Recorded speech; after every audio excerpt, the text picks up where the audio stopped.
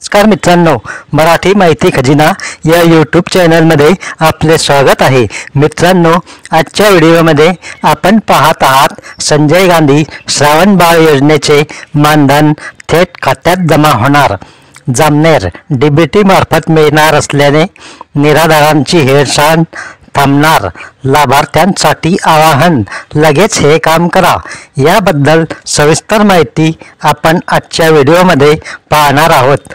त्यापूर्वी तुम्ही जर पहिल्यांदा या चॅनलवर आला असाल तर चॅनल सबस्क्राइब करून ठेवा, बेल आयकॉन नक्की दाबा। तर चला मित्रांनो, आपण या महत्त्वपूर्ण व्हिडिओला सुरुवात करूया। त्यासाठी आपण पाहूया दैनिक लोकमतमधील आजची महत्त्वपूर्ण बातमी। शासनाकडून निराधार व्यक्तींना विविध योजनांच्या माध्यमातून महिन्याकाठी ठराविक मानधन अदा करण्यात येते। हे मानधन लाभार्थ्यांना तहसील स्तरावरून बँकेत पाठवून संबंधितांच्या खात्यात वर्ग करण्याची प्रक्रिया केली जाते। आता मात्र थेट डीबीटी मार्फत निराधार लाभार्थ्यांच्या खात्यात मानधन वर्ग केले जाणार असल्याची माहिती तहसीलदार नानासाहेब आगळे यांनी दिली आहे।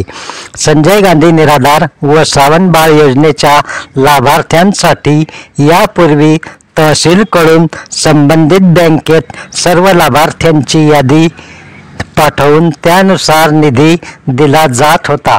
तो निधी बँकेकडून संबंधित लाभार्थ्यांच्या खात्यात वर्ग केला जात होता। या प्रक्रियेस विलंब होत होता, त्यामुळे वयोवृद्ध लाभार्थ्यांना अनुदानासाठी बँकेत खेटे घालावे लागत होते।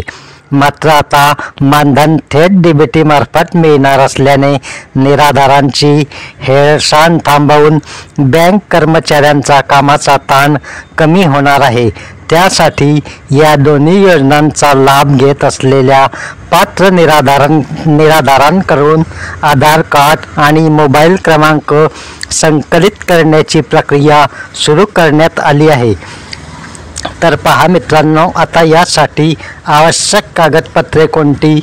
संजय गांधी निराधार व श्रावण बाळ योजनेच्या लाभासाठी निराधार व्यक्तींना विविध योजनांच्या माध्यमातून महिन्याकाठी ठराविक मानधन दिले जाते।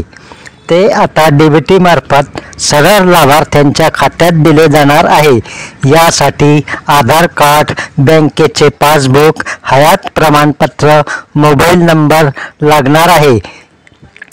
आधार ज्या बँकेला लिंक असेल त्याच बँकेत पैसे जाणार आहेत।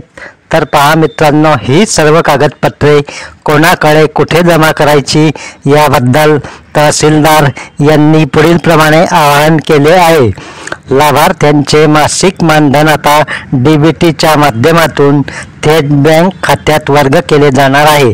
संबंधित योजनेच्या लाभार्थ्यांनी आपले मोबाईल क्रमांक आधार कार्ड बँक खात्याला लिंक करून गावातील तलाठी, कोतवाल किंवा तहसील कार्यालयात संबंधित ऑफिसला उपलब्ध करून द्यावे।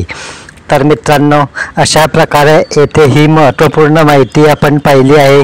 तरी सर्व लाभार्थ्यांनी आवश्यक कागदपत्रे जमा करून डीबीटी योजनेचा लाभ घ्यावा।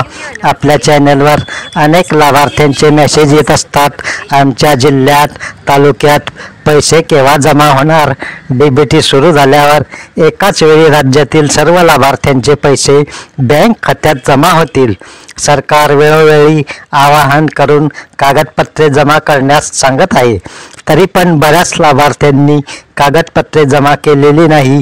डीबीटी सुरू झाल्यावर वेळोवेळी बँकेच्या चक्रा मारण्याची गरज राहणार नाही। तर मित्रांनो, त्यासाठी लगेच तुमची कागदपत्रे संबंधित ऑफिसात जमा करा। तर मित्रांनो, हा व्हिडिओ जर तुम्हाला माहितीपूर्ण वाटला असेल तर व्हिडिओला लाईक करा, जास्तीत जास्त शेअर करा, चॅनलला सबस्क्राइब करून ठेवा, नोटिफिकेशन बेल नक्की दाबा। अशाच सरकारी योजनांचे व्हिडिओ व नवीन अपडेट्स तुम्हाला या चॅनलवर पाहावयास मिळतील। धन्यवाद। जय हिंद, जय महाराष्ट्र।